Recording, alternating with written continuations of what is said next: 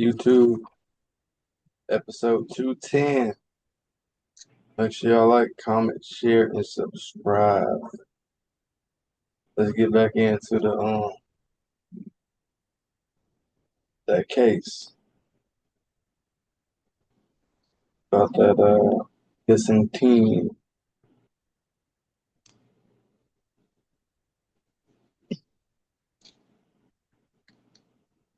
Yep.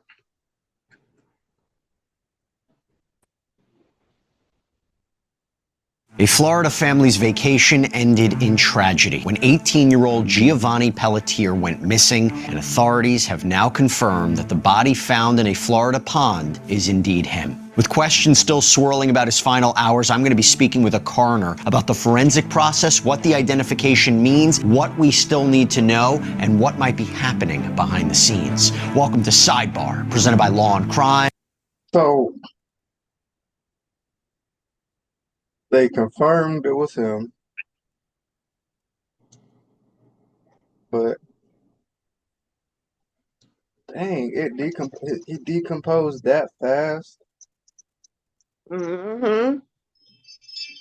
But you got it. He was in a pond though, so I mean, that murky, nasty water could have done it. Could have been all kind of stuff in there, eating at him or whatever. And then, did they say they arrested people yesterday or no? No, I haven't heard them say they arrested nobody. Well, I hope they say something in this video because this is ridiculous. Just that the cousins called the grandpa or somebody to tell them. I'm Jesse Weber. This is not an update I wanted to bring to you here on Sidebar. We talked about the case of Giovanni Pelletier, the 18-year-old North Carolina teen who went missing earlier this month. We did a whole sidebar on him. Well, now authorities have confirmed that the body found in a Manatee County pond is indeed Giovanni. The Manatee County Sheriff's Office said the District 12 Medical Examiner's Office used dental records to confirm his identity. They say his body was in such an advanced state of decomposition that it required additional forensic testing. The cause of death, to be clear, we don't know what it is. It hasn't yet been determined. As officials, they await toxicology results, which could take several weeks. But if you haven't been following the case, I'm going to catch you up. 18-year-old Giovanni Pelletier had traveled with his mom, Bridget, her fiancé, and his 4 younger siblings to Englewood, Florida. That's on the Gulf Coast. It's south of Tampa and St. Petersburg. But this trip wasn't just about beaches and family time. It was something else. It had more meaning because Giovanni was also planning to meet some cousins from his dad's side of the family, people that he had never met before, barely remembered, in hopes of reconnecting. But instead, days later, he's found dead in a pond off I-75. This case is complicated. It stretches across multiple Florida counties and involves several different law enforcement agencies and includes conflicting accounts of what happened in Giovanni's final hours. So I want to walk you through the timeline here. Now, Giovanni grew up in the Raleigh, North Carolina area, but until age 4, he lived in Florida. And after turning 18 this past April, Bridget, his mother, says he became very curious about his father's side of the family. She's of Italian and Puerto Rican descent. His dad is African American. And Giovanni wanted to connect with that part of his family tree. Before the trip, he joined a group chat with 3 paternal cousins. And then you go to August 1st at around 1:30 a.m. Those cousins apparently picked him up from Englewood. They were reportedly headed to Mims, that's on the other side of the state. It's several hours away. Now, why the cousins, who apparently had never met Giovanni before, picked him up so late at night, that we still don't have an answer for at the time of this recording. And by the way, the cousins' ages haven't been made public either, so just keep that point. But not long after leaving, Giovanni sent disturbing messages to his family. One to his mom simply read, "Mom, help." Now, Bridget was asleep at the time. She didn't see it until the morning. He also apparently sent similar messages to his grandfather, his aunt. And by the time Bridget checked her phone, she had missed a FaceTime call from Giovanni. And there was a voicemail from his paternal grandfather saying there had been, quote, some kind of altercation, and that the cousins had left him on the roadside in Bradenton. It's about 50 miles or so away from where the family had been vacationing. That's the allegation. Now, Bridget apparently tried to track Giovanni's location using his phone's GPS. She found his backpack, she found his phone inside, and this was near State Road 70 and I-75. But here's the thing. She later told People magazine, "My son eats, sleeps, showers, breathes his phone." She said he would never have left it behind.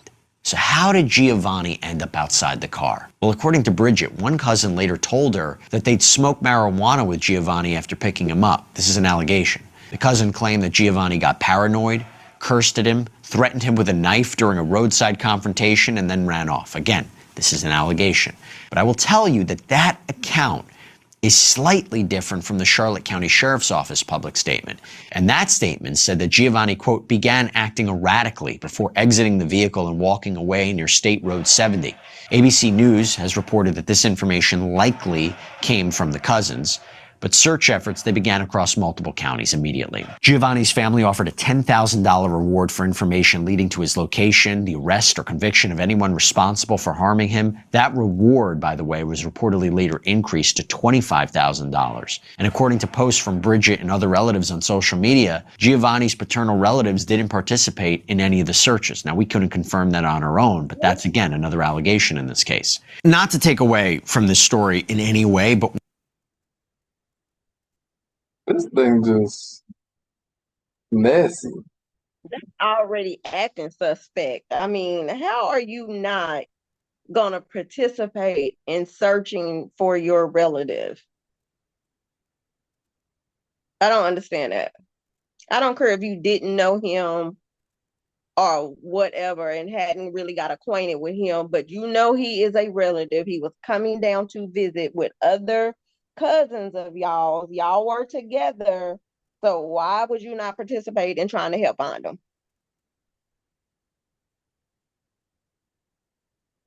That's just suspect to me. I could be totally wrong, but that's suspect to me. That would raise a red flag. Yeah, it is a red flag.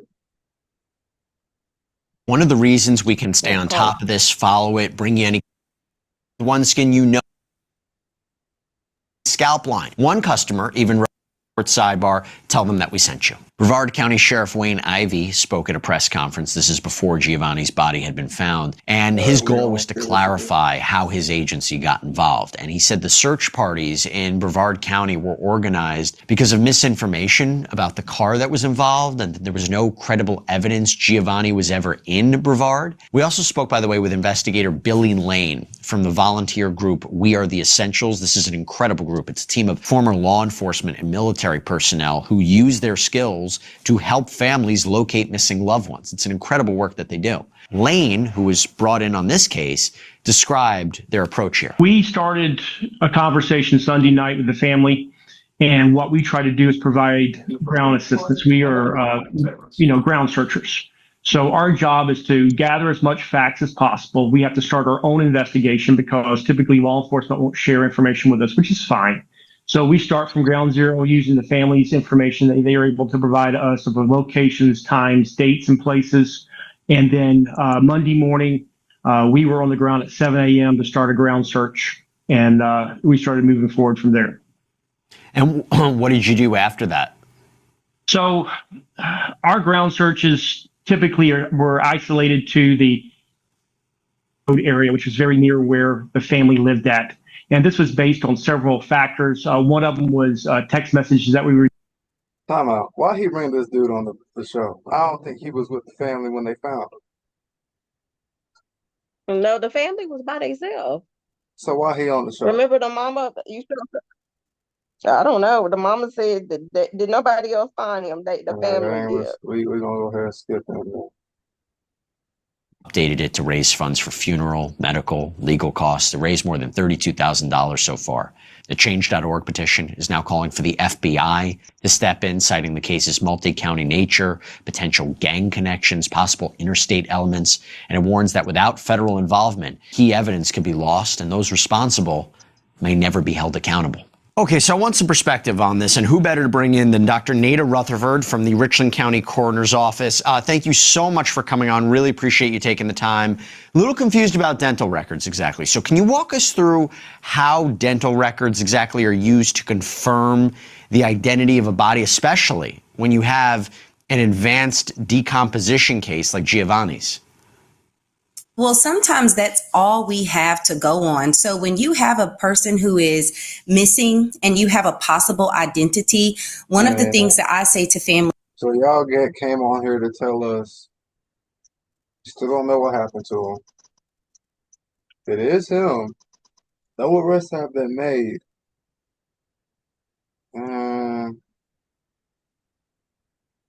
If Yeah, I'm the this is so family, weird to me. I'm irate. Mm, mm, mm. She gonna be talking about But all I the did. homework. She Was ain't he sharing that. missing? Huh? How long was he missing? They said August 1st or something. And when did they find him? August 7th or something. Because I had showed that it says warm water accelerates decomposition because it promotes bacterial activities. And then it says also the type of water plays a role. Salt water slows the decomposition more than fresh water. Scavengers such as fish, crabs, insects, maggots accelerates the decomposition because it feeds off the body's soft tissue. So that's probably why. Hmm.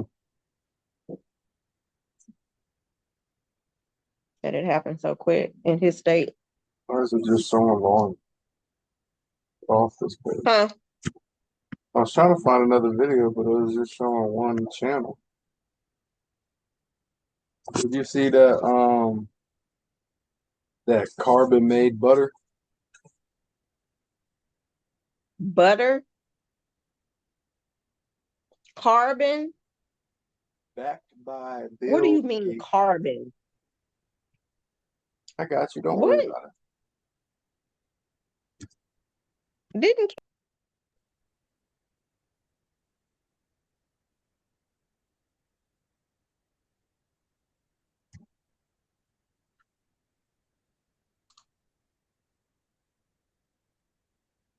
carbon butter?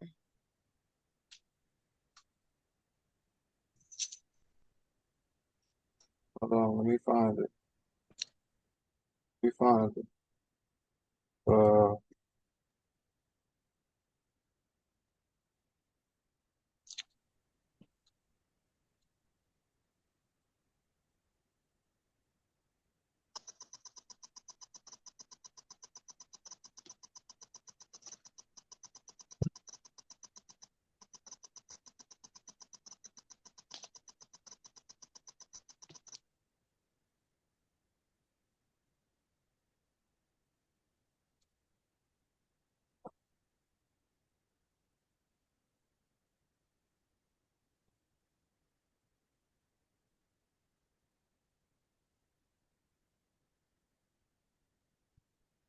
Let me see. While All you right, looking at that, hold on. you found it? Yeah. Go. See it? It's share. It said it's starting to share. Now I can.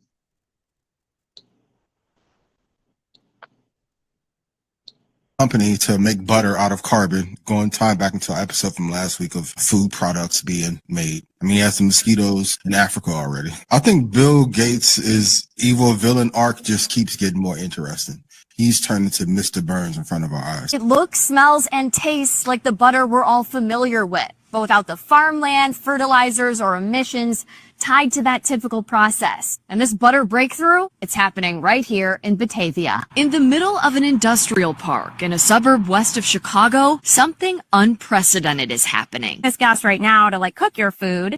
And we're proposing that we would like to first make your food with that gas. The company is called Savor, and you better believe it, Their pioneering tech uses carbon and hydrogen to make the stick of butter you see on this plate. It's pretty novel to be able to make food that looks and tastes and feels exactly like dairy butter, but with no agriculture whatsoever. And no long ingredient list the average person can't pronounce. It's really just our fat, some water, a little bit of lecithin as an emulsifier, and some natural flavor and color. How? The question is, what Bill Gates, a computer genius who makes billions and becomes one of the richest people of all time off of a technology company, what is his fascination with vaccines, food, population? Why is he so fascinated with these things? I think if you look at his iteration from the first company he had into the development of what he may have creatively licensed and turned into Microsoft, I think he's finding a way. His goal for Microsoft was to have a desktop on every home and office in the country. He achieved it.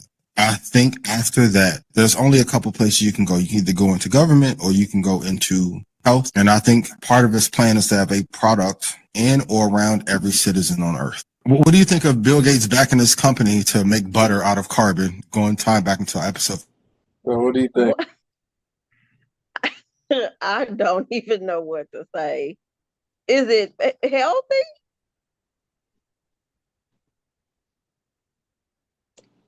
Is it healthy?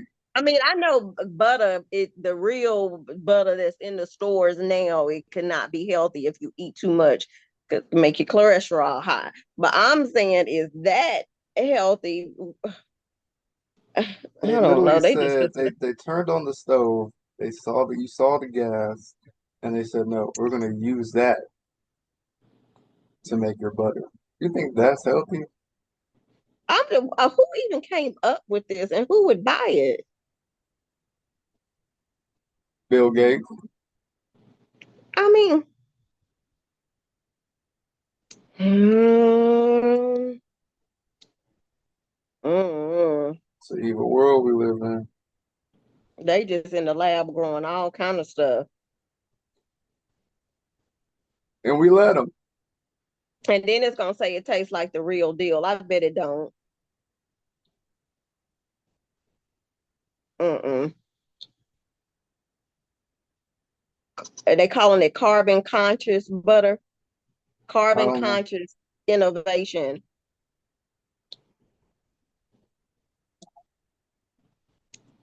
So you're just eating gas? Hey, Trump and Putin just had a meeting. And let me guess, they did not make Putin said nope, not making no deal. Go back to the United States. It was a joint press conference. But did they make a deal? Like Trump said he was gonna make a deal. He sent his tail right back to the US, didn't he? Because if they made a deal, that probably would have been all on the media by now that they came to. But how they gonna make a deal without Ukraine being there? I'm confused. Because whatever Putin and Trump agree on, that don't mean Ukraine is gonna agree on it.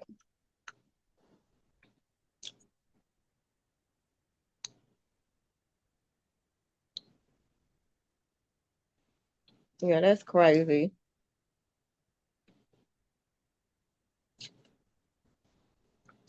First images of those people seen together. It is unclear what meetings happened after that. We believe it stands to reason that the lunch was scrapped on the schedule because of the timing of all this. It was kind of fast. I mean, it was less than 3 hours. The Russians had talked about possibly 5 to 7 hours. That being said, President Trump can come out here and say they had a wonderful lunch. They had several meetings and they've made some agreements. But that's the big question. What have they agreed on? What did they come to terms on? And what does it mean for the people of Ukraine who have lost tens of thousands, who are still fighting so bravely and who have sent their men of all ages to fight against the Russians? The Russians themselves have taken about 20% of Ukraine and have called on North Korea and even their own prisoners to fight this war, even asking North Korea for ammo and weapons as well, as the U.S. has sort of had a back and forth with Ukraine over those weapons as well. No doubt Ukraine could not fight this war without the help of the United States. Kristen, if I still have you here, the relationship between President Trump and Volodymyr Zelensky has evolved over the years. It looks like this is about to start. We see President Trump and Vladimir Putin. Let's listen in.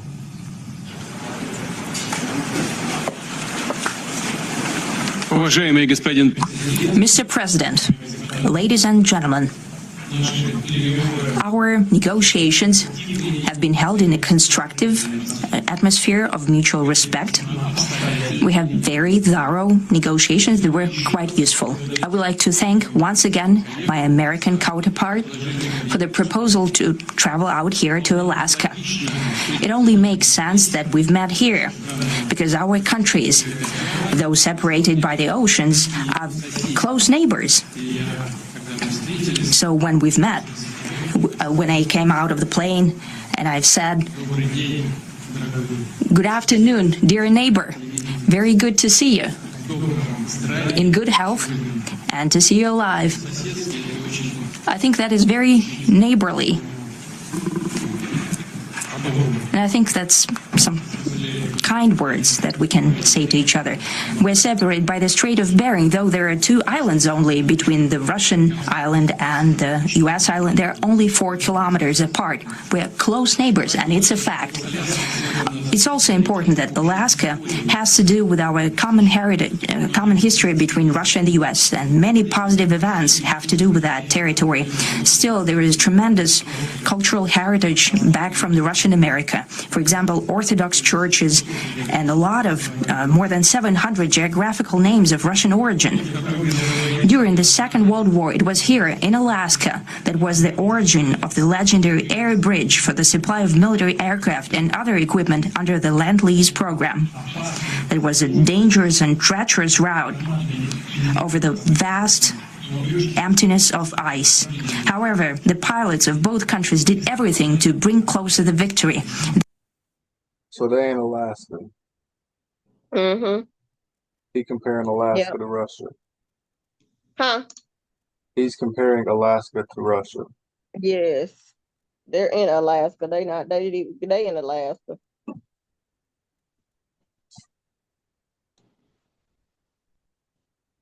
And Trump standing there looking, They risked their lives and they gave it all for the common. I'm curious, did they make a deal? About to see. Hold on. The Soviet pilots that buried there who died during that dangerous mission. We're thankful to the citizens and the government. The great people from the Trump administration who've come here, Scott and John Ratcliffe, thank you very much. But we have some of our really great leaders. They've been doing a phenomenal job. We also have some tremendous Russian business representatives here, and I think, you know, everybody wants to deal with us. We've become the hottest country anywhere in the world in a very short period of time, and we look forward to that. We look forward to dealing. We're going to try and get this over with. We really made some great progress today. I've always had a fantastic relationship with President Putin, with Vladimir. We had many tough meetings, good meetings. We were interfered with by the Russia hoax. That made it a little bit tougher to deal with, but he understood it. I think he's probably seen things like that during the course of his career. He's seen it all. But we had to put up with the Russia hoax. He knew it was a hoax, and I knew it was a hoax. But what was done was very criminal. But it made it harder for us to deal as a country in terms of the business and all of the things that we'd like to have dealt with. But we'll have a good chance when this is over. So just to put it very quickly, I'm going to start making a few phone calls and tell them what happened. But we had an extremely productive meeting, and many points were agreed to. There are just a very few that are left. Some are not that significant. One is probably the most significant, but we have a very good chance of getting there. We didn't get there, but we have a very good chance of getting there. I would like to thank President Putin and his entire team, whose faces, who I know in many cases, other than that, whose faces I get to see all the time in the newspapers. You're almost as famous as the boss, but especially this one right over here. But we had some good meetings over the years, right? Good productive meetings over the years, and we hope to have that in the future. But let's do the most productive one right now. We're going to stop really 5, 6, 7,000, thousands of people a week from being killed, and President Putin wants to see that as much as I do. So, again, Mr. President, I'd like to thank you very much, and we'll speak to you very soon and probably see you again very soon. Thank you very much, Vladimir. Next time. Man, That's ain't the talk about, press. they ain't talking about shit. About Vladimir Putin, he this strung him alone. He said Trump is thank so you. fascinated with He him, said thank you. Maybe next time in Moscow. and he's gonna make him come to Moscow on his terms. But why would he go there? Why would he even entertain it? I'm like, that's crazy. So he flew all the way over there for that. So I wonder how much taxpayer money did he spend? Putin ain't just gonna make no deal with him. He's not.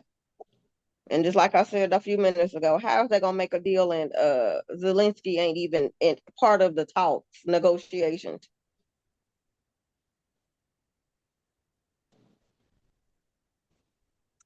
That's terrible.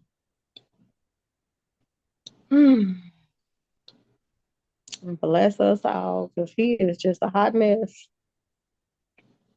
And then they were saying I think it was last night when he had talked to Putin, when he was talking about he was close to making the deal. And then I think they bombed areas of Ukraine sometime after they talked last night. So Putin has no intentions of making no deal.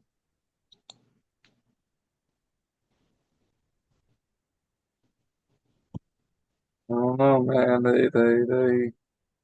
They playing in our faces. No, they playing in his faces. Everybody else knows what he doing. Trump doesn't. He's blinded to it because he's fascinated with him. He want to operate and be recognized just like Putin. Mm, mm, mm. Oh, that's crazy. But yeah, that's all I got for tonight. He'll make up an excuse. Probably. But if he go to Moscow, he gonna have people not satisfied with that watch. Guarantee you. Let's just see if they can make a deal. Huh? Let's just see if they can make a deal anytime soon.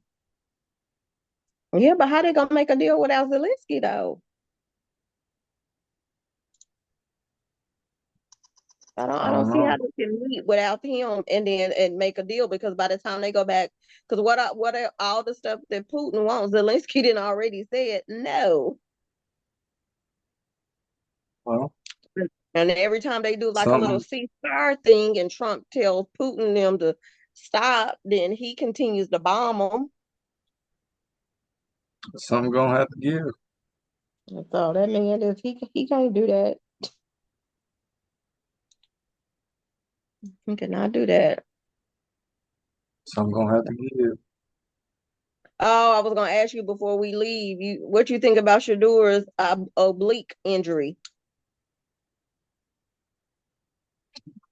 It sucks. Is that an injury to take a while to recover from?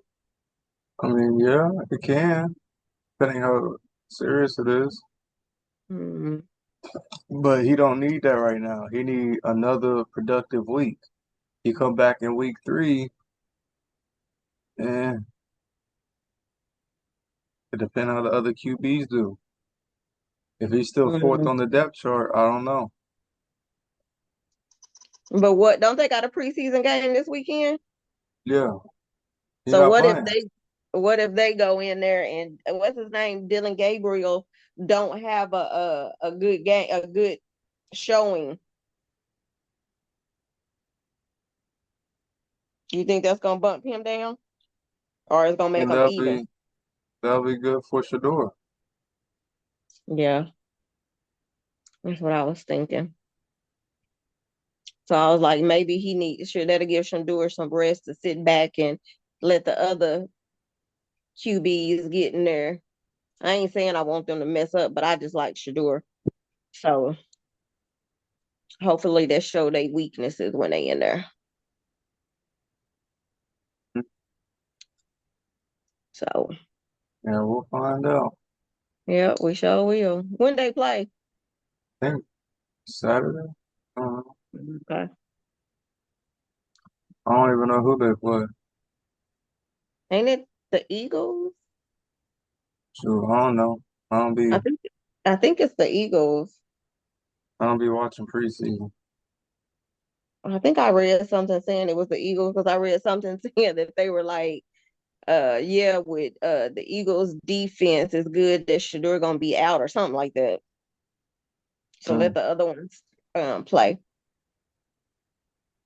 So we'll see. We shall see. I don't have nothing else either. We're gonna have to keep looking for that one, the boy. What's his name? I'll look it up. I'm gonna look over the weekend to see if anything come out Started with a G. with his Giovanni. family and his case, huh? Giovanni song. Yeah. We'll have to stay up on his. Mm-hmm. And then you need to show the video to T Hood. Ain't that his name? That rapper? You see the videos that they released of him. I don't think it was the same evening or the day that his unaliving happened, but they were showing videos where they had cameras set up in the room where he was actually DVing her. Like actual footage. One of her friends released it. Yeah, so we should watch that maybe one day over the weekend. So, okay. Make sure y'all like, comment, share, subscribe. This wraps up another episode of The Heart of a Family. One family. Endless connection.